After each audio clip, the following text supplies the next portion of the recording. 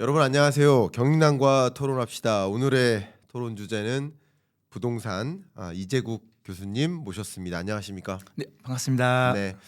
혹여나 또 모르신 분 계실 수도 있으니까 자기 소개 한번 부탁드리겠습니다. 아마 저는 이렇게 방송이라든지 유튜브 쪽에 이렇게 자주 등장하지는 못하기 때문에 아마 생소하실 텐데 저는 지금 현재 한국금융연수원이라는 곳에서 금융인들과 연관된 자산관리 속에 부동산 파트를 강의하는 겸임 교수 이재국이라고 합니다. 감사합니다. 아주 반갑습니다. 제가 한국금융연수원에 처음 출강 나갔었던 게 제 기억에 2013년입니다. 오, 2013년도요. 오, 첫 그럼 올해 출강이요. 예. 전에 나가셨네. 한 10년 전쯤. 그리고 네. 굉장히 오랫동안 네.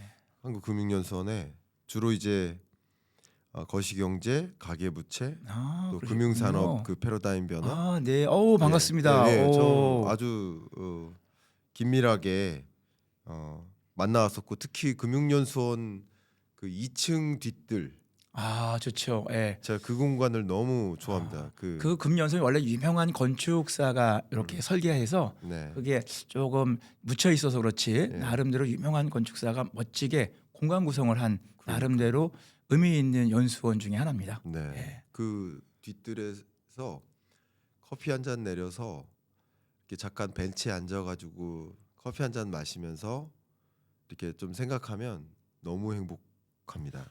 저는 김광석 교수님은 그런 약간의 그 감성은 좀 없어 보이고 저는 약간 검투사적인 기질만 이렇게 쭉 있는 줄 알고 봤는데 많이 오해인 것 같습니다. 오늘 제가 오해를 풀고 우리 교수님하고 저런 부동산 관련된 이야기들을 많이 좀 이렇게 좀 재미있고 네. 유익하게 네. 또 그리고 정확한 분석을 한번 하도록 네. 노력을 해보겠습니다. 우리 구독자분들은 저 되게 그 감성 있는 사람인 걸 잘 아세요. 죄송합니다. 구독자 여러분들. 제가 그 경제전망서 쓸 때마다 네. 첫 시작하는 그 문장을 항상 시로 시작합니다. 경제전망인데 시로 시작합니다. 멋지십니다. 멋지다기보다는 그만큼 되게 그리고 이제 종종 제 유튜브 채널에 그 커뮤니티에 시를 한 번씩 올리거든요. 근데 그 시는 그냥 굳이 따지면 이제 경제시죠, 경제시. 저는 강의를 제가 몇 번 이렇게 오프라인 매장에서 교수님 강의 들었는데 강의 교환이 나름대로 약간은 지금 듣고 보니까 시적인 측면 또 맨 마지막에 멘트 같은 게 엔딩 멘트가 아주 배울만 했었어요. 아닙니다. 그러니까 이제 뭐 시작과 끝은 좀 인문학적으로. 네, 그러신 것 하고 같더라고요. 싶어 그래서 하는. 저것도 좀 배울만하다라고 제가 느꼈습니다. 네. 과찬이십니다. 그래서 제가 지난 주말에 가을 구경을 거의 이제 가을이 끝나가니까 그러신 것 가을 같습니다. 구경 갔다가 떠오른 시상이 있었어요. 잠깐 한번 말씀드릴까요? 그럼요. 우리 두 구독자님 문장입니다. 궁금해하실 것 같은데요. 딱 두 문장. 그러니까 곧 커뮤니티에 제가 올려드릴 건데요. 가을 구경을 갈 때 상상했었던 건 낙엽이 막 떨어져서 그 낙엽 맞고 낙엽 밟을 생각으로 가을 구경 갔는데 꽃들이 만발해 있더라고요. 맞아요. 이렇게 그러니까 단톡방 같은 데 보면 친구들이 꽃핀 것들을 이렇게 사진 올리더라고요. 최근에 보니까. 그래서 떠오른 그 시상이 딱 두 문장입니다. 가을에도 꽃은 핀다. 꽃은 봄에만 피는 것이 아니다. 이게 왜 경제시냐면 세계 경제가 저성장 고착화되는 국면인데 이런 국면에도 고성장하는 나라들이 있어요. 그러니까 인도와 인도네시아를 가장 대표적으로 제가 꼽고 있는데 그런 면에서 이 세계 경제를 이제 들여다보는 게 참 중요할 수 있다. 멋지십니다. 예, 저도 예. 뭐 그런 쪽에 동감을 합니다. 상당 부분 동감을. 그러니까 우리가 어렵다 해도 또 어려운 속에 또 나름대로 성공하시는 분들이 있고 또 뭐 부를 축적하시는 분들도 있고 하기 때문에 상당히 의미 있는 말씀인 것 같습니다. 너무 공감해 주셔서 감사하고요. 자 이제 본격적으로 부동산 시장 이야기 한번 해봐드리도록 하겠습니다. 네. 부동산이라는 이 단어가 애증의 관계일 수도 있겠습니다. 네, 그렇죠. 특히 이제 영향이 있죠. 갖고 계신 분, 안 갖고 계신 분에 따라서 첨예하게 그 정말 올라가냐 떨어지냐 이 여부에 따라서 입장차가 갈리는 그 대주제이기 때문에 어쨌든 방향성을 논하지 않을 수가 없는데 교수님께 질문드리겠습니다. 지금 24년 하반기 끝자락을 달리고 있고 좀 찬바람이 불어닥치고 있습니다. 부동산 시장의 지금의 모습, 24년 끝자락의 모습을 어떻게 평가하고 계십니까? 지금 뭐 부동산을 얘기하셨는데 애증이다 이렇게 말씀하셨는데 사실 이 산자를 보게 되면 쌓을 산자, 생산할 때의 산자의 의미가 있어요. 그래서 우리가 쌓는다, 생산한다 의미가 있는데 이걸 오늘 한번 우리 교수님하고는 리을 미음 개념, 우리가 부동산이 아니라 부동산 리을 미음 개념으로도 한번 좀 접근해보는 그런 또 시간도 한번 마련했으면 좋겠는데요. 네. 일단은 전체 시장을 보게 되면 2024년도 시장은 일단 부동산 시장에서는 뭐 주거용 시장이 있고 수익형 부동산 시장이 있고 토지 기타 등등 여러 분야별로 좀 나눌 수가 있는데요. 사실 2024년도 시장은 전반적으로 좀 안 좋은 시장이었다라고 보시면 될 것 같아요. 그러니까 다 힘든 시장이었다. 단 그 속에서 거주용 부동산, 그 거주용 부동산 가운데 주로 아파트와 관련된 부동산, 또 그거 가운데 한강변 주변에 있는 아파트 단지의 아파트들 이런 것들은 좀 전고점을 좀 향해서 이렇게 회복된 것들도 있고 거의 전고점에 도달한 것들이 있는데 그렇지 않은 뭐 지역들이라든지 또 특히 지방 같은 경우는 지금 2024년 1월부터 시작해서 지금까지 거의 그 5대 광역시를 비롯한 많은 지방들의 주요 도시들은 사실 이번 달 그 데이터 값도 한국 부동산원에서 나온 걸 보면 주간 변동률이 마이너스로 쭉 형성이 되어 있으므로 특수한 지역들 예컨대 뭐 그 전주 같은 경우가 조금 특수하게 되어져 있고요. 몇몇 그 도시를 제외하고는 전반적으로 마이너스로 흘러가고 있기 때문에 큰 시장 흐름으로 봤을 때는 좋지 않았던 시장이다. 뭐 2023년도에 비해서 2024년도도 썩 좋지는 않았던 시장이다. 이렇게 말씀드릴 수가 있을 것 같아요. 네. 어쨌든 좋지 않다. 이게 참 이 부분도 좋다 나쁘다로 논하면 조심스럽습니다. 그렇죠. 그럴 수 왜냐하면 있겠네요. 예. 왜냐하면 소위 이제 집을 갖지 않고 계시다가 가격이 좀 떨어져서 집을 사고 싶다. 좀 가격이 더 떨어져야 된다라고 생각하시는 분 입장에서는 집값이 떨어지는 게 좋은 거고. 그래서 참 시각 차이가 참 커요. 그러니까요. 그러니까 이 예. 부동산을 보는 시각 차이가 너무 커서 제가 이제 뭐 강의를 한다든지 또 컨설팅을 한다든지 상담을 하는데 이걸 이해시키는 게 참 네. 어려워요. 그리고 우리가 3살 버릇이 뭐 80까지 간다고 하는데 한번 딱 이 고정관념이 딱 잡혀져 있으면 그게 변화되기가 참 어렵긴 있습니다. 아니, 맞습니다. 그래서 고정관념의 말씀이 아니라 네. 그래서 집값이 뭐 죄송합니다. 제가 지적하는 게 아니요, 아니라 아니요, 좋아요. 절대 예, 아닙니다. 예, 예. 그게 아니라 오른다 떨어진다로 얘기를 하시는 게 좋지 않을까. 아, 그러면 뭐 지금은 전반적으로 봐서 서울 지역은 오른다. 예, 경기 지역은 약 보합세다. 그렇죠. 그다음에 지방은 내린다. 예, 뭐 이렇게 되어 있고 이런 흐름에 대한 경우가 2025년도도 좀 이어질 가능성도 네. 있어 보인다. 아, 이렇게 좀 좋습니다. 요약 정리해 보겠습니다. 아, 좋습니다. 너무 그 숫자가 오르고 떨어지는 것은 이제 좋다 나쁘다의 개념이 아닌데 네. 그게 누군가에게는 좋고 누군가에게는 또 안 좋으니까 예, 저도 사실 그런 개념을 잘 미처 모르다가 유튜브라는 것을 하면서 알게 된 거죠. 예. 독자분들의 이제 표현을 듣다 보니까 아, 이게 좋고 그름이 아니다라는 것을 이제 저는 그 좋고 그러면 좋았던 시장, 나빴던 시장 뭐 맞아요. 요거하고 좀 연관되어져 있다고 좀 맞아요. 이해해 주시면 감사하겠습니다. 좋습니다. 좋은 의견이십니다. 어쨌든 시장을 그렇게 보셨고요.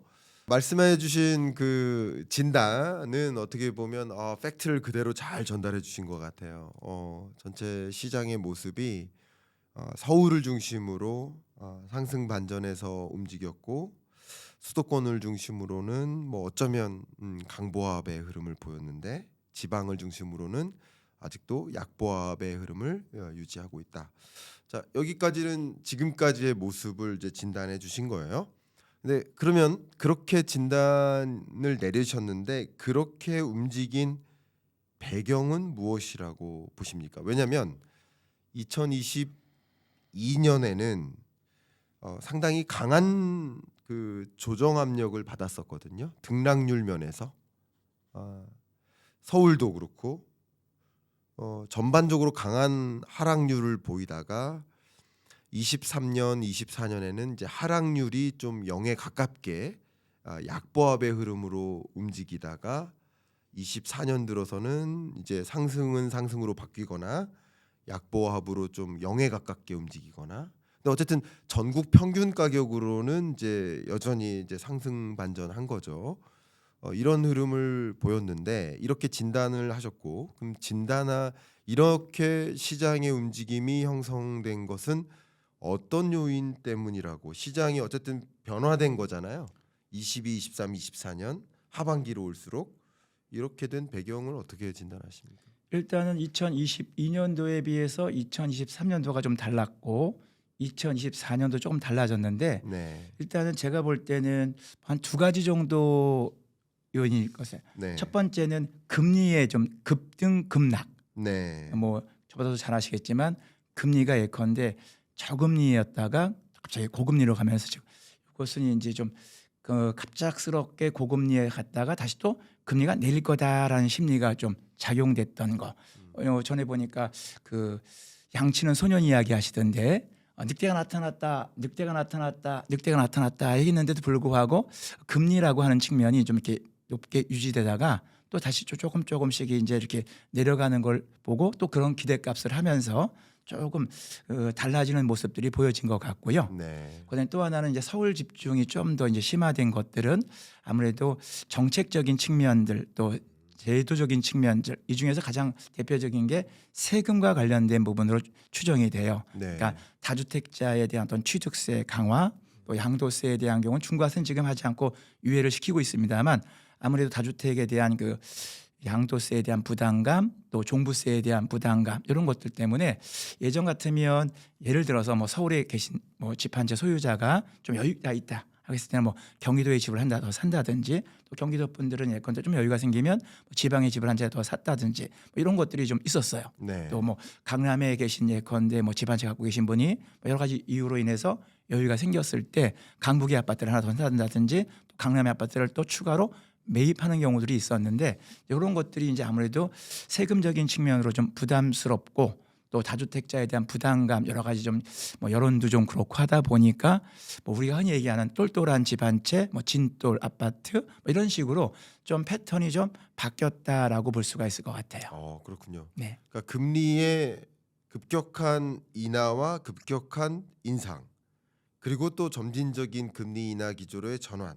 이게 이제 부동산 시장의 사이클을 나름 유도했다. 거기에 또 이런 지역별 변화의 모습을 가져다 준 건 거기에 그런 기조 변화 속에 세제가 작용됐다. 소위 말씀하신 게 그 똘똘한 한 채로의 움직임. 그게 아무래도 그냥 다주택자로 나를 만들어 놓는 건 유리하지 않아. 그냥 1주택자로 나를 만드는 게 유리해 하는 움직임을 아무래도 서울 중심으로만 주택을 보유하게 하고 서울이 아닌 그 밖에 다른 지역에는 주택을 굳이 갖고 있는 게 좋지 않아 해서 상대적으로 서울로의 이동이 더 있었다. 이렇게 평가를 하시네요. 거기다 좀 더 뭐 플러스 알파 한다면 요거 뭐 서울, 경기, 뭐 수도권 몽땅 그리고 지방 동일한 얘기입니다만 2023년도에 디딤돌 대출, 특례 디딤돌 대출이라는 게 이제 좀 저금리로 나왔고요. 또 2024년도에는 신생아 특례 대출이 또 이렇게 저금리로 나왔거든요. 이런 것들이 정책 자금에 대한 것들이 조금 저금리로 나오면서 물론 한정된 겁니다. 뭐 면적도 제한되어져 있어요. 주거전용 면적 84제곱미터 이하로 되어져 있고 뭐 금액도 뭐 9억 원 이하 이렇게 한정돼 있습니다만 뭐 그런 것들도 영향을 주지 않았을까 보여집니다. 그렇군요. 자, 그러면 혹시 지방의 경우에 이제 상대적으로 자가 점유율 비중이 조금 더 높잖아요, 서울보다. 그럼 자가 점유율 비중이 높다는 얘기는 이제 지방, 그러니까 주로 이제 5대 광역시라든가 혹은 지방에 거주하시는 분들 중에는 자가에 거주하시는 분인데, 근데 그 자가의 가격이 계속 떨어진다 그러면 상대적으로 좀 속상해하시는 분들이 계실 수도 있고, 혹은 그걸 정리하고 좀 이동을 하신다든가 하는 선택을 하셔야 된다라고 생각하시는 분들 입장에서는 그 가격이 이제 떨어진다라고 할 때 좀 뭐 여러 가지 면에서 거주를 정할 때 좀 불편함이 있다든가 뭐 하는 여러 가지 문제를 줄 수도 있을 텐데, 그런 관점에서 이런 질문 한번 드려볼게요. 전혀 생각해 본 적이 없으셨던 질문일 수도 있겠지만, 그런 세제, 그러니까 일가구 1주택을 결과적으로 유도하는 세제 정책, 다주택자들에게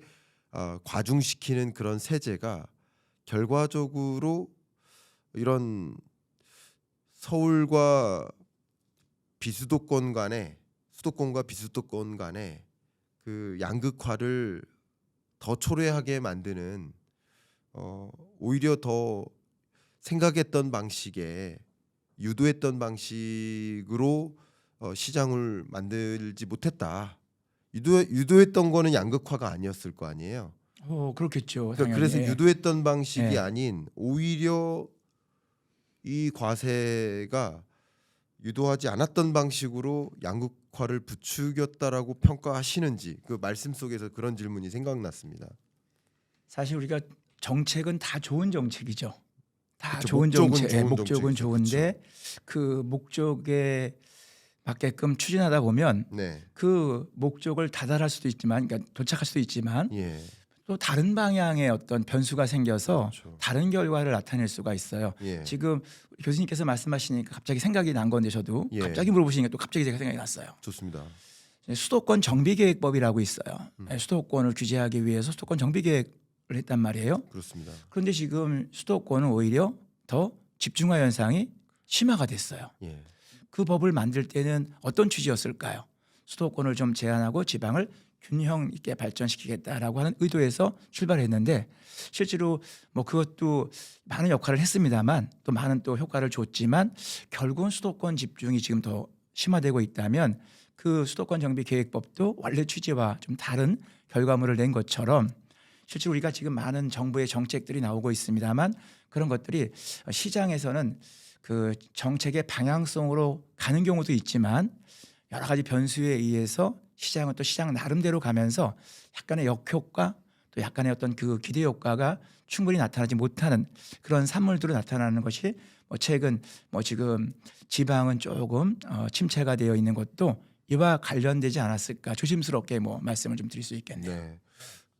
제가 이런 질문을 드리는 것은, 저 뭐 시장을 뭐 진단하고 전망하는 것도 중요하지만, 어쨌든 이 부동산 정책이 바로 서야, 제가 어, 매년 경제 전망서를 네, 발간하지만 그렇죠. 예. 그 거기에 이제 부동산 편이 있는데, 부동산 편을 시작하는 그 첫 문장이 어떻게 되냐면요.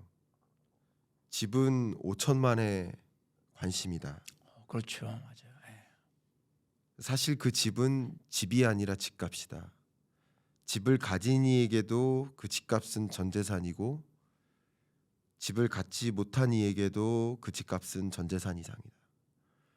그러니까 그런 집 그리고 그런 집값을 놓고 의도한 방향대로 정책이 안 굴러간다면, 적극적인 재조정과 의도한 방향대로 갔다면 좋겠지만, 그렇기 때문에 이런 논의가 필요하다고 생각이 돼요. 그래서 양극화를 만약에 초래하는 정책이라고 한다면 그게 맞는 것인지, 그러니까 이게 잘된 좋은 정책이다 못된 정책이다를 논하는 게 아니라, 설사 의도와 달리 양극화를 초래하는 것이라고 한다면 한번 이게 맞는 것인지에 대한 생각도 해볼 필요가, 그러니까 다주택자들에 대한 과세를 경감시켜야 된다는 논의가 아니라, 오히려 그게 양극화를 더 부추기는 것인가에 대한 생각도 해볼 필요가 있지 않나. 그리고 오히려 저는 그런 생각도 합니다. 지금 지방과의 어떤 불균형이라든가 또 지방 소멸 현상, 이 지방 소멸은 또 다른 소멸을 만들거든요.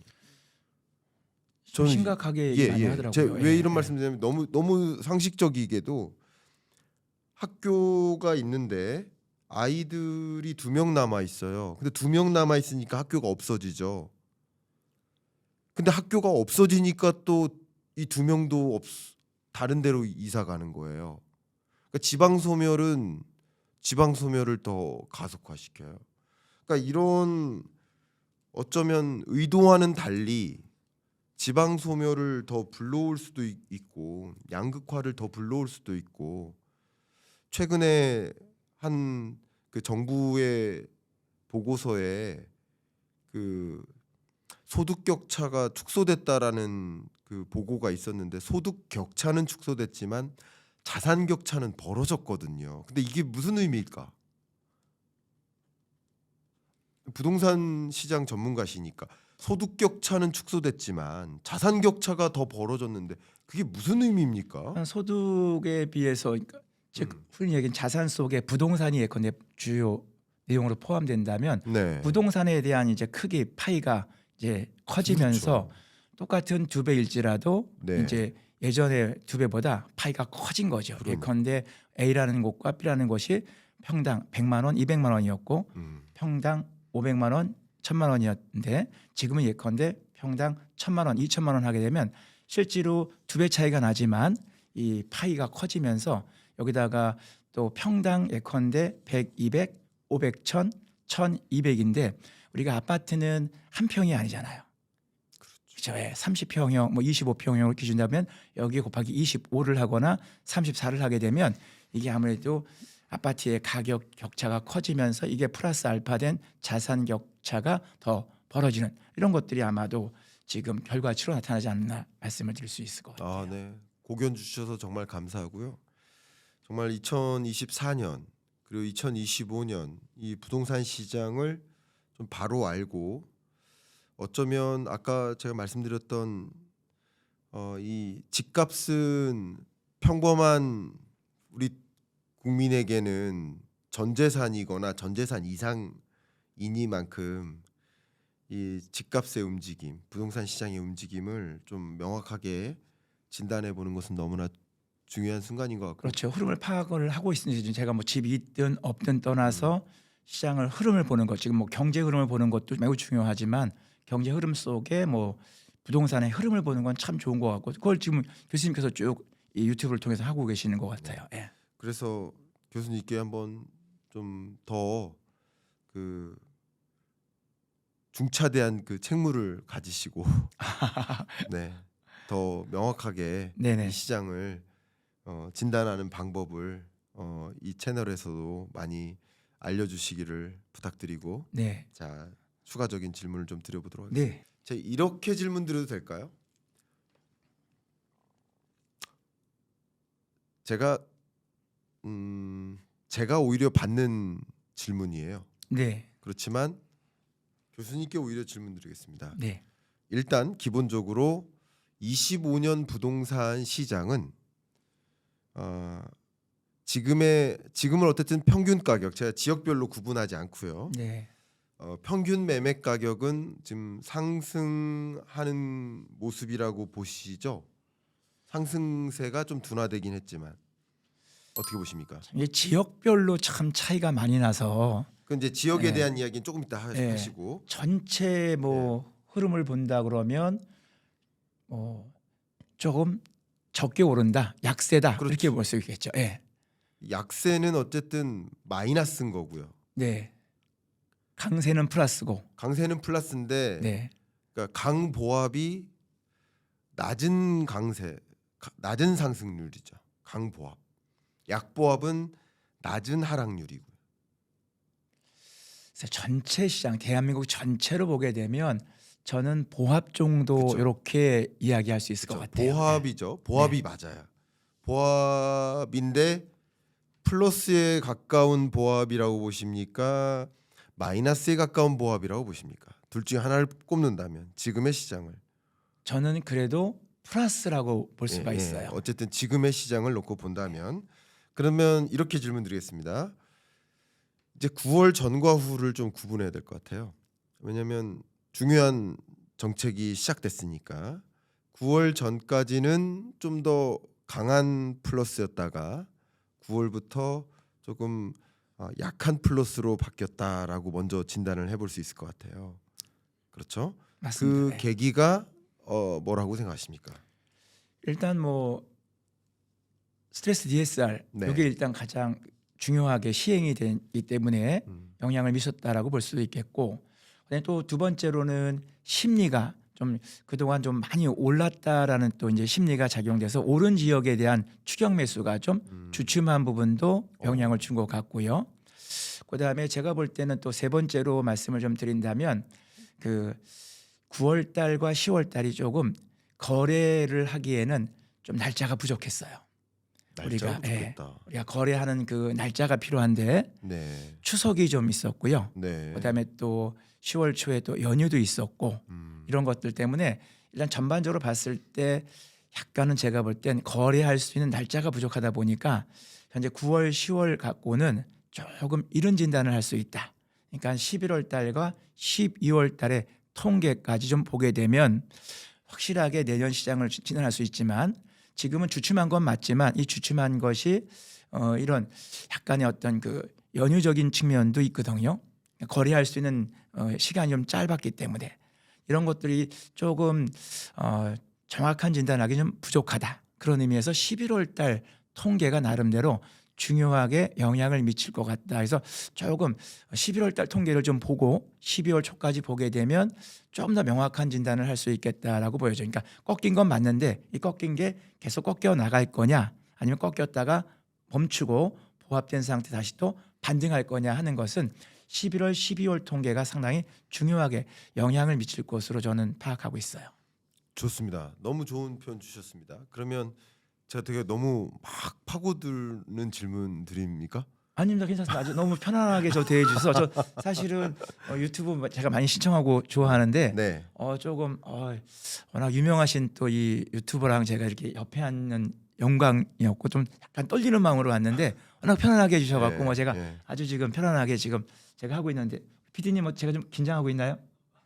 아닙니다. 다행. 너무 잘하고 계신데 네. 감사합니다. 혹여나 이제 질문지에 없는 질문을 계속 드리니까 괜찮습니다. 뭐 네. 그런 거 전 뭐 불편해하실까 제가 아는 봐. 범주 내에서까지 말씀을 좀 드리고, 또 제가 모르는 건 또 모른다고 또 솔직히 뭐 좋습니다. 표현을 해야죠. 뭐 워낙 아시죠. 또 이 부동산 시장을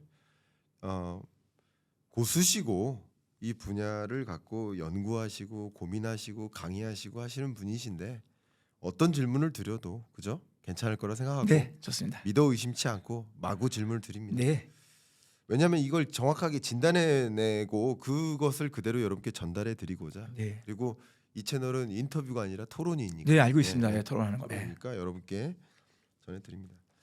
자, 11월 달. 11월 달이 분기점이 되겠다. 그죠? 11월 달 통계가 정말 중요한 표현입니다. 분기점이 된다. 11월 달이 분기점이 된다. 부동산 시장의 분기점이 된다. 자, 그러면 제가 이 부분에 대해서 제 의견을 좀 드려보도록 하겠습니다. 지금 이제 교수님께서 주신 의견에 저 굉장히 공감을 많이 하거든요.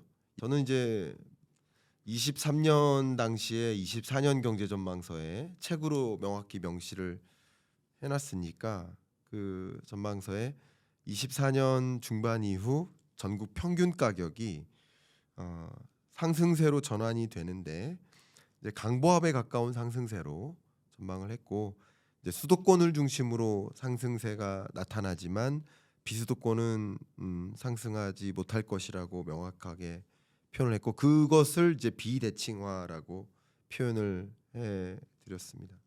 자, 그 부분을 가지고 이제 말씀을 드리려고 하는데, 그러니까 강한 상승세가 아니기 때문에 이제 강보합에 가까운 미미한 상승세이기 때문에, 그래서 여러분 입장에서는 급하게 서둘러서 사실 이유는 하나도 없고요. 영끌에서 사실 필요는 절대로 없고요. 더더군다나 높은 금리이기 때문에 그럴 이유도 없으시고요. 다만 이게 상승장으로의 전환은 있다라는 것을 의견을 드린 거죠. 전망이니까, 제가 희망이 아니라 전망이니까. 다만 강보합장으로의 전환이니까, 미미한 상승장이니까 9월 달부터 적용된 스트레스 2단계와 같은 하방 압력이잖아요. 금융규제라는 하방 압력이 있을 때 이게 상승세가 눌릴 수 있는 거예요. 상승세가. 그리고 또 한 가지 코멘트, 중요한 코멘트. 10월 11일에 기준금리 인하가 있었잖아요. 근데 종종 기준금리 인하했는데 왜 상승세로 강한 상승세로 안 이어집니까? 라는 질문을 주셔요. 근데 기준금리 인하에 따른 영향은 전혀 반영이 안 됐습니다. 기준금리 인하에 따른 영향, 시장 금리가 반영되려면 다음 기준금리 인하가 있을 때 반영이 됩니다. 통상 그렇습니다.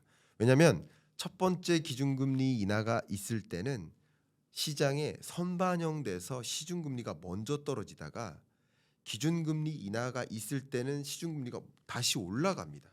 그러니까 굳이 따지면 지금 9월, 10월, 11월 동안에는 시중금리가 오히려 올라가요. 그러니까 시중금리도 올라가고 스트레스 DSR 2단계와 같은 금융규제까지 두 가지가 다 하방압력인 거예요. 그러니까 9월, 10월, 어쩌면 11월까지도 반대로 하방압력이 작용한 거야. 다소. 그러니까 이 기조적으로는 완만한 상승세 맞지만 하방압력이 작용한 것으로 저는 평가를 하고요. 그러면 다음 기준금리 인하, 그러니까 10월 11일 이후에 다음 기준금리 인하가 적용될 때쯤이면 그때 시중금리의 말 그대로의 하락이 다시 나옵니다. 왜냐하면 이제 지표금리, 기준금리가 반영된 지표금리 더하기 가상금리가 이제 시장금리니까 시장금리의 레벨이 떨어지려면 그때쯤 적용되거든요. 그래서 소위 스트레스 DSR 2단계라는 하방압력이 있음에도 불구하고 금리, 시장금리의 하락으로 영향이 나타나는 시점은 아직 반영이 안 됐다. 그래서 뭐 강한 상승세라고는 전혀 진단하지 않습니다. 24년 하반기도 25년도. 그래서 그런 부분에서 11월 달이 분기점이 되겠다라는 부분에서 굉장히 강하게 공감이 됩니다. 왜냐하면 11월에 만약에 미약한 상승세인데 평균값이 그 미약한 상승세가 마이너스로 바뀌는 지점이냐, 아니면 미약한 상승세가 예를 들어서 미약한 상승세라고 한다면 주간 단위로 0.02% 상승하다가 마이너스 0.01로 떨어지느냐, 아니면 주간 단위로 0.02에서 0.03, 0.04로 올라가느냐. 지금 11월의 그 흐름에 따라서 말씀하신 대로 9월, 10월은 그런 계절적인 특성이 있었기 때문에 그래서 11월이 분기점이 되겠다라는 면에서 굉장히 중요한 부분들을 지적해 주신 것 같습니다. 네. 그러면 11월의 분기점을 지나서 교수님께서 이제 부동산 시장을 쭉 진단하실 때 2025년의 부동산 시장은 그냥 큰 그림에서, 그러니까 이제 지역이나 디테일하게 들어가는 건 그 다음 여쭤볼 테니까 그 평균 가격으로만 먼저 봤을 때는 어떤 흐름일 거라고 잠정적으로 생각하시는지 여쭙고 싶습니다. 2025년도 매매 시장은 플러스 국면으로 이어간다. 플러스 금융 이어간다. 미세하게나마 네. 플러스 국면으로 본다. 그러니까 약간의 강보합 정도. 네. 매매 시장 외에 전세 시장, 전월세 시장은 좀 더 강한 상승세가 예측된다. 전월세 시장이 네. 어떤 면에서 그런 겁니까? 공급적인 측면의 부족, 2025년도의 공급, 2026년도까지의 공급 물량이 전국적으로도 그렇고 서울 수도권 지역도 2022년도, 2023년도, 2024년도에 비해서 물량이 좀 작습니다. 그러면 일종의 2025년 전세난을 예측하시는 거네, 일종의. 전세난까지는 그러니까 전세 공급 부족. 아니어도 네. 지금의 그 전세 가격이 형성되어 있는데 만약에 2023년도에 계약을 하셔서 2025년도에 2년 만기가 되시는 분들을 기준으로 했을 때 네. 계약갱신 요건을 쓰신다 그러면 5% 올려주시면 되겠지만 만약에 이제 다른 곳으로 옮긴다든지 아니면 2021년도에 계약을 하셔갖고 2023년도에 계약갱신 요건을 쓰셔서 2025년도에 이제 되게 되면 2+2 네. 4년이 이제 기간이 만료가 되는데 그럴 때에는 조금 지금의 종전의 어떤 전세 가격보다는 높은 가격이 형성될 가능성이 높은 것은 여전히 그 공급 부족에 대한 부분을 얘기할 수밖에 없어요. 네. 그 전세가 상승세가 사실 무섭더라고요. 전세가 그러니까 2023년에도 아파트 매매 가격은 이제 상승 반전했다가 다시 조정 국면을 찾았었는데 전세가는 먼저 상승 국면으로 바뀌었다가 조정되는 국면을 안 만나고 계속 상승 국면을 이어왔거든요. 그리고 상승세도 더 높고요. 가격 매매가 상승 속도보다 전세가 상승 속도가 더 높고요. 이것은 사실 저는 이제 그러니까 저는 어떤 생각을 하냐면 이 부동산 정책의 대상, 이 부동산 정책의 정책적 목표는 주거 안정이어야 된다라고 생각을 하고요. 그럼 주거 안정의 대상은 누굴까? 주거 불안을 겪고 있는 대상은 누굴까? 그럼 주거 불안을 겪고 있는 우리 2,200만 가구를 분류를 해보면 다주택자와 1주택자와 무주택자로 구분했을 때, 그러니까 무주택자를 소위 말하는 세입자라고 구분했을 때 주거 불안의 대상은 누굽니까? 세입자, 무주택자 아니겠습니까? 근데 이 세입자, 무주택자에게 전세가 상승은 굉장한 주거 불안이에요. 그러니까 집값 상승은 집값 상승이고요. 그건 또 다른 뭐 양극화나 또 다른 문제인데 전세가 상승은 정말 정말 큰 또 주거 불안의 요소라고 또 생각하거든요. 그리고 또 그 전세가 상승이 이 양극화나 집값 상승으로 야기될 가능성이 있고요. 어떻게 보십니까? 이 전세가 상승 이게 너무 무서워서 그래요. 우리가 또 매매 시장이라고 하는 경우는 수요 시장, 즉 유효 시장도 있고 가수요가 있습니다. 그래서 사실은 이 집값이라는 게 뭐 투기적인 요소가 들어가게 되면 가수요가 붙고 가수요가 붙게 되면 우리가 흔히 얘기하는 버블이 생겨서 집값이 상당히 좀 이상현상, 비정상으로 흘러가는 케이스가 있어요. 이 전세 시장은 거의 실수요자에 의해서 움직이거든요. 그렇죠. 그래서 이 전세가 움직인다라는 것은 사실 전세가 오른다는 건 전셋집이 부족하다는 걸 의미하는 거거든요. 네. 사실 집을 우리가 보통 소유할 때 뭐 다주택자는 많이 있습니다만 전세를 여러 개 소유하신 분들은 없어요.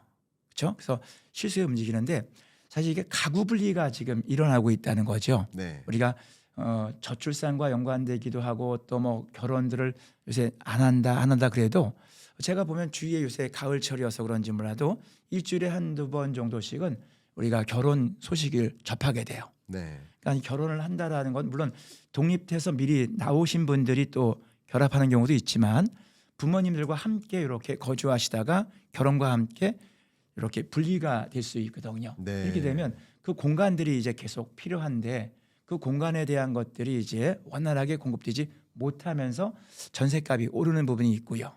또 특히 서울 지역의 전셋값이 오르는 이유는 지방에서 올라오시는 분들, 예컨대 뭐 대학을 이제 뭐 입학하셔서 올라오시는 분들도 있고 또 그다음에 일자리를 찾아서 올라오시는 분들도 있고 이런 분들이 있다 보니까 아무래도 그 공급이 원활하지 않을 때 이런 전셋값이 조금 불안하게 움직이는 경우는 예전부터 쭉 이어왔던 것들이거든요. 네. 근데 일단 부동산은 다 아시겠습니다. 부증성 쉽게 늘리기가 좀 어렵습니다.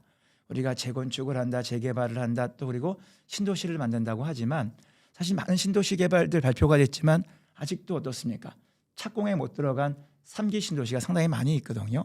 또 그리고 재건축한다, 뭐 재개발한다고 정비사업 뭐 많이 완화한다고는 하지만 또 주위에 보게 되면 막상 또 시행하는데 어려움도 있고 또 건축비 상승 때문에 정비 사업이 또 멈추는 경우도 많이 있어요. 그러다 보니까 일단은 공급적인 부분이 일단 부족하다. 즉 수요는 넘쳐나는 곳에 공급이 부족하게 되면 전셋값은 항상 불안할 수 있다. 그렇죠. 이렇게 이야기할 수 있을 것 같아요. 그렇다고 공급이라는 문제, 공급 부족이라는 문제를 단시간 안에 해결할 수도 없는 것이고요. 그렇죠? 그런 면에서 2025년 전세가 무섭게 오르고 그것이 참 주거 불안 문제를 해치고 그러면 이제 아마 25년 부동산 시장의 상승 흐름을 전망하시는 데 있어서 한 가지 배경이 그러면 그 공급 부족으로 인해서 전세 거주자가 거주 가구가 내 집 마련 수로의 이동도 어느 정도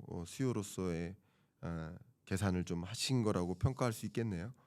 수급 분석이라는 관점에서. 네, 전세값이 오르면 전세 살고 있는 임차인들이 좀 불안 요인이 좀 커져요.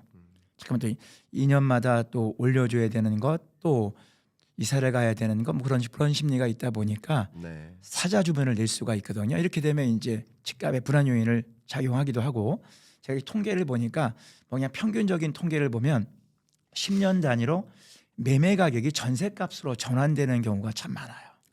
그러니까 70년대의 집값은 80년대의 전세값, 90년대의 집값은 2000년도의 전세값, 2010년도의 매매 가격은 2020년도의 전세값이 되어 있단 말이에요. 네. 그러다 보니까 사실 우리 전세값만 오르지 않으면 집을 살 필요가 있을까요? 예를 들어 10억짜리 집에 전세가 5억으로 우리가 오랫동안 거주할 수 있다면 요새는 2+2니까 4년 거주를 할 수 있죠. 그렇기 때문에 사실 전세값만 오르지 않으면 집을 사는데 우리가 이렇게 막 경쟁적으로 치열하게 막 공부하고 고민하지 않을 수 있는데, 이 전세값이라는 건 우리 교수님께서 자주 얘기하시는 그 물가와 연계가 된단 말이에요. 그러다 보니까 전세값이 오르기 때문에 또 집을 사려는 성향도 높아진다. 이렇기 때문에 전세값이 좀 안정되는 정책을 쓰는 게 뭐 가장 좋은 방법 중에 하나일 수가 있겠죠. 네. 좋은 그 뷰를 말씀 주셔서 감사합니다. 자, 이제 고가 아파트 이야기를 좀 드려보고 싶어요. 참 여러분들 입장에서는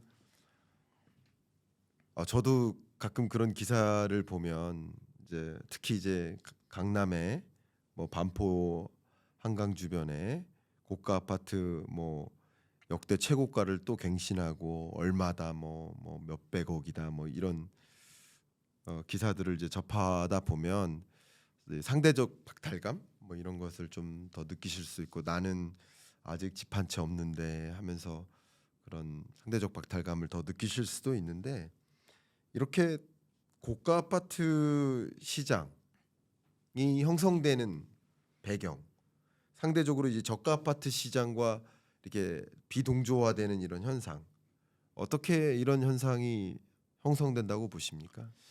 참 어려운 질문이에요. 이렇게 고가 아파트에 대한 형성 과정인데, 사실 이거를 조금 제가 좀 뭐 심리학적인 측면, 뭐 약간 제가 심리학은 잘 모릅니다만 뭐 이제 군중 히스테리 현상이라는 용어가 있고요. 또 파노플리 효과라고 하는 게 있는데, 우리가 어떤 집단, 어떤 성공한 사람들은 어떤 영역 속에 좀 들어가서 자기를 좀 이렇게 보이려고 하는 그런 특성적인 요소도 있는 것 같고요. 또 요새는 뭐 남녀 가릴 거 없이 어느 정도 이렇게 좀 그 여유가 생기면 명품 가방들을 또 이렇게 하나씩 이렇게 드는 경우들도 예전보다는 많이 좀 보편화되는 것 같아요. 이제 이러면서 우리 어떤 명품 가방을 듣는다는 건 이제 그 명품 가방을 듣는 부류에 내가 속하겠다, 뭐 이런 것들과 관련돼서 어떤 그런 내가 명품을 들므로 인해서 그 계급 집단에 좀 이렇게 소속되고자 하는 뭐 이런, 우리가 파노플리 효과라든지 군중 히스테리 현상, 뭐 이런 심리적인 요인도 일단 크게 작용하는 것 같아요. 네. 이제 그런 것들이 이제 작용이 되면서 자꾸만 특정 지역으로 우리가 흔히 얘기하는 이제 쏠림 현상, 이런 것들이 심화되면서 오르는 것만 오르고 오르지 않는 것은 또 오르지 않으면서, 올해 시장 뭐 잘 말씀해 주신 것처럼 예전 같으면 저가가 오르면 중가가 오르고 중가가 오르면 고가의 아파트가 올랐고요. 고가의 아파트가 오르면 중가의 아파트가 올랐고, 저가의 아파트가 이렇게 키 맞추기 한다, 또 이렇게 약간의 간격을 유지하기 위해서 어떤 동조화 현상들이 네. 많이 나타났었는데, 네. 올해 특징을 본다면 고가 아파트는 더 비싸졌고 저가 아파트는 움직임이 좀 둔한 이런 현상으로서 비동조화 현상이 좀 강하게 나타난 2024년도 한 해가 아닐까 이렇게 분석을 해봅니다. 네. 그러면 이제 말씀하신 것이 그런 심리적인 기제가 발동이 되다 보니까, 그러면 이제 그동안과는 달리 오르면 다 같이 오르던 시대에서 이제는 오르는 곳만 계속 오르고 떨어지는 곳은 또 계속 떨어지는. 뭐 떨어지지는 않았는데 뭐 네. 서울 지역 같은 경우 혹시 떨어지지는 않았지만 네. 네, 좀 차이가 벌어졌죠. 그렇죠. 그러니까 벌어지는. 그러니까 상대적으로 떨어지는 거죠. 결과적으로. 그렇죠. 예, 네. 상대적으로는 떨어지는 거죠. 그러니까 어떤 오르는 곳은 막 오르는데 상대적으로는 정체되어 있거나 조금만 오르는, 결국 그 가격의 격차가 벌어지는 그런 흐름이 이제 심리적 기제에서 발동되는 그런 현상이다라고 이렇게 말씀 주셨네요. 그런 현상도 일부 작용을 작용될 수 있다고. 했다라고 이제 제가 말씀을 드린 게 전부라고 볼 수는 없겠고, 또 아까 말씀드렸던 것처럼 뭐 세제적인 측면도 있고, 그다음에 사실 최근에는 그 아파트 외에 투자할 만한 부동산 투자처가 예전보다 많이 좀 줄어들었어요. 예전 네. 같으면 우리가 뭐 아파트를 하나 갖고 있는데, 똘똘한 걸 갖고 있는데 여윳돈이 생겼다고 하게 되면 뭐 하이엔드 오피스텔을 매입한다든지, 또 일반 오피스텔을 매입한다든지, 도시형 생활주택, 또 생활형 숙박시설, 혹은 뭐 꼬마 빌딩, 토지 투자 등등 좀 다양한 어떤 그 투자 상품이 있었는데, 최근에는 이 투자 상품들이 그냥 탁 그 아파트로 탁 그 뭐라 그럴까요? 정형화됐다 그럴까요? 그러니까 다른 상품들이 상대적으로 조금 힘들어지면서 더 아파트, 또 특히 그 특정 지역의 아파트의 어떤 쏠림 현상이 더 가속화되면서 고가 아파트가 더 오르지 않았는가, 이렇게도 좀 예측해보고 분석해볼 수 있을 것 같습니다. 참 이게 시장을 보는데 저도 여러 이제 산업이나 이제 거시경제 현상을 좀 들여다볼 때 이 백화점 안에서도 참 다양한 모습들이 비슷하게 전개되는 게 있는데, 예를 들면 전반적으로 매출이 많이 줄었어요. 지금 이 정장 업계도 산업의 매출이 많이 줄었습니다. 근데 신발로 비유한다면 소위 운동화 매출이 확 줄었어요. 그래서 거래량이 확 줄은 겁니다. 그런데 명품 운동화만 거래가 일부 일어나고 있어요. 그럼 거래량은 줄었어요. 근데 명품 신발만 거래가 이렇게 일어나서 결과적으로는 가격이, 평균 거래 가격이, 실거래 가격이 상승하고 있어요. 그러면 이런 운동화 시장의 모습을 보고 가격이 상승하고 있다고 평가해야 될까요? 아니라고 평가해야 될까요? 그냥 단순한 질문을 드려보겠습니다. 저는 뭐 아니다라고 얘기할 수 있을 것 이건 같아요. 아니다. 네. 네. 그러면 이런 모습이 부동산 시장에도 비슷하게 나타나고 있다면, 지금처럼 거래가 막 많이 활성화되진 않았는데 일부 고가의 아파트가 그 뭐 역대 뭐 정점을 다시 갱신하면서 거래되고 있어서 나타나는 그 시장의 모습이라고 한다면, 이게 정말 가격이 전반적으로 상승하고 있다라고 평가하지 않아도 되는 걸까요? 어떻게 평가해야 될까요? 이것도 진짜 어려운 어려운 아주 질문이죠. 질문을 제가 하셨는데, 너무 어려운 예, 질문인데. 우리가 보통 일반적으로 봤을 때 거래량이 증가하게 되면 가격도 오르고, 네. 거래량이 줄어들게 되면 가격도 내리는 현상이 일반적인 시장이라고 볼 수 네. 있는데, 어떤 특별한 어떤 영역, 예. 특별한 어떤 시장은 실제로 거래가 많이 이루어질 수 없는 시장이 있어요. 맞아요. 그런 시장에서는 또 한두 개의 거래가 이루어지면서 맞아요. 가격이 또 올라가기 때문에 약간 좀 구분해야 되지 않을까 네. 말씀을 좀 드려봅니다. 매우 조심스럽습니다. 매우 조심스럽고요. 그래서 지금 24, 25년의 부동산 시장의 모습을 뭐 지금 이렇게 드리는 말씀도 조심스럽지만, 여러분이 시장을 옳게 진단하시는 데 있어서 거래량과 가격의 관계를 규명하기가 조금 어려워지고 있다. 조금은.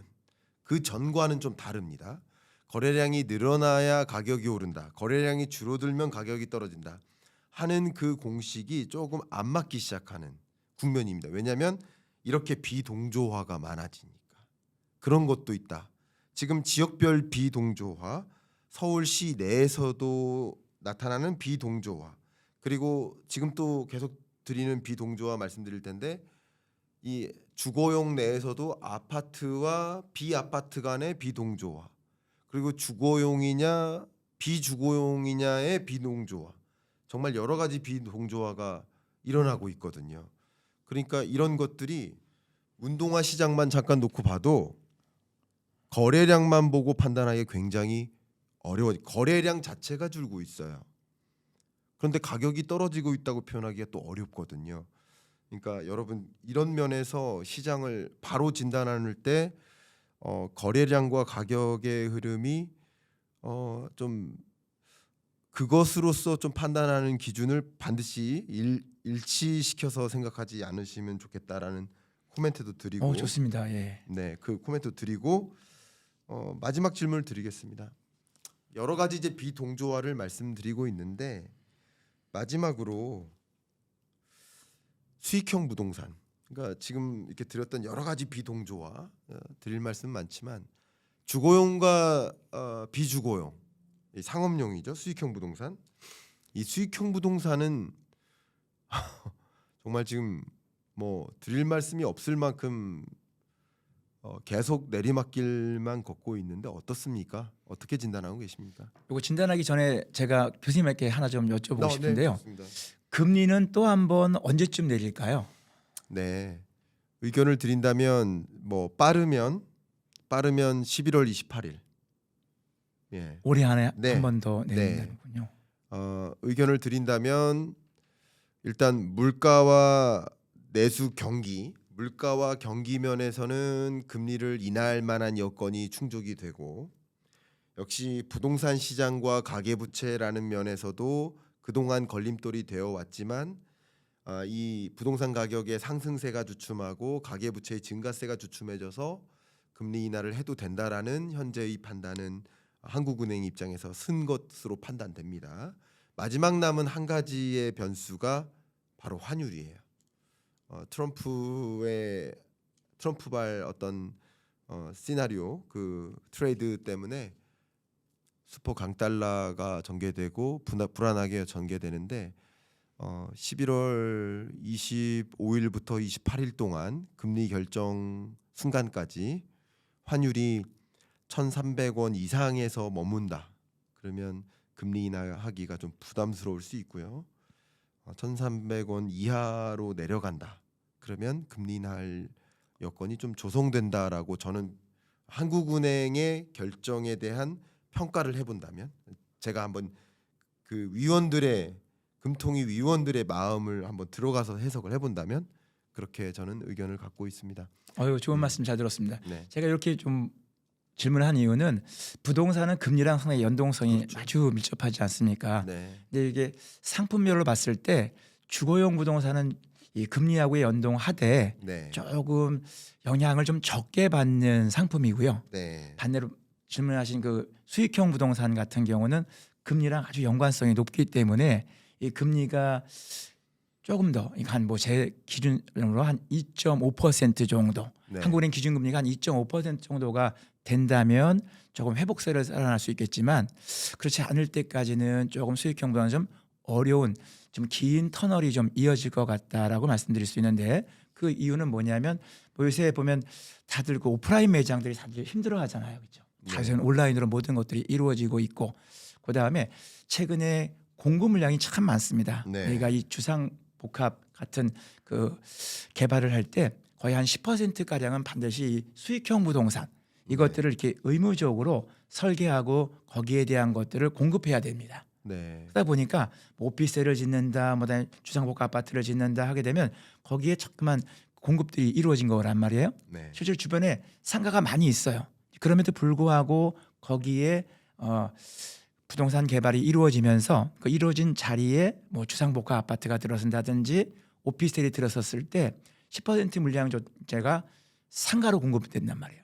지금도 넘쳐나는데 또 공급되다 보니까 아무래도 수요 공급적인 측면도 그렇고 뭐 내수 경기 등등 또 요새 온라인으로 모든 것들을 접하다 보니까 오프라인 매장들이 좀 힘들어하는 것들은 좀 제가 볼 때는 2025년도 내내 좀 힘든 시장이 이어질 것 같다라고 예측해 볼 수 있을 것 같아요. 네, 말씀 주신 것처럼 이제 상가, 오피스텔이죠. 가장 대표적인 게 상가나 오피스텔, 뭐 지산, 네, 이 정도에 해당되는 이제 수익형 부동산 이런 경우 2.5%의 기준금리가 그러니까 한국은행이 생각하는 현재로서의 중립금리로 보여집니다. 그리고 그 중립금리는 2025년 연내도 좀 쉽지 않아 보이고 26년까지로 갈 것으로 봅니다. 그러니까 매우 천천히 점진적으로 26년까지 중립금리를 향해 피벗을 단행할 것으로 보여지고, 그렇다면 말씀하신 게 금리 인하 자체가 중요한 게 아니라 금리의 레벨이 중요한 거네요. 그러니까 교수님의 의견은 금리의 레벨이 적어도 2.5%는 돼야 된다. 그래서 금리가 2.5%될 때까지는 기다려야 될 필요가 있겠다. 그러니까 26년까지는 뭐 상가, 오피스텔, 뭐 지산 어렵다라는 말씀을 주셨네요. 좀 더 기다려야 되겠다. 그러니까 모두가 같이 오르는 게 아니고 뭐 오르는 곳만 오르는 것이고, 특히 뭐 정말 여러 부문별로 이제 쪼개서 나눠봤는데 수익형 부동산은 유독 어렵겠다. 어려운 기간이 좀 지속되겠다. 이렇게 구분지어서 말씀 주셨습니다. 이재국 교수님하고 1시간여 동안 정말 이 부동산 시장에 대해서 뭐 진단, 뭐 전망, 그리고 뭐 집중 해부 뭐 이렇게 쭉 해봤는데요. 처음 저희 채널 출연하셔서 이렇게 토론을 이렇게 해봤는데 어떠셨습니까? 소감 말씀 여쭙고. 사실 이렇게 좀 유명한 유튜버님을 처음 제가 뵀습니다. 사실은 전 이렇게 유튜버를 잘 그 안 하기도 하고, 또 뭐 초대도 제가 뭐 이렇게 그 못 받는 측면이었는데, 우리 또 교수님께서 저를 또 부족한데 잘 초대해줘서 저 좋은 아주 그 김광석 TV에 제가 이렇게 유튜브에 출연하게 돼서 영광이고, 앞으로도 이런 이야기들을 좀 더 솔직하고 또 이렇게 좀 더 세부적으로 나누는 기회를 좀 가졌으면 하겠다라는 생각을 하면서 너무너무 오늘 행복한 시간, 즐거운 시간이었습니다. 정말 감사하고요. 이 부동산 시장을 정말 다각도로 한번 집중 조명해 볼 수 있는 시간이 됐고, 아마 우리 구독자분들도 시장을 한번 잘 퍼즐을 맞춰가면서 들여다볼 수 있는 계기가 되시지 않았을까, 이렇게 의견을 드리면서 오늘 토론 마무리하겠습니다. 감사합니다. 감사합니다. 네.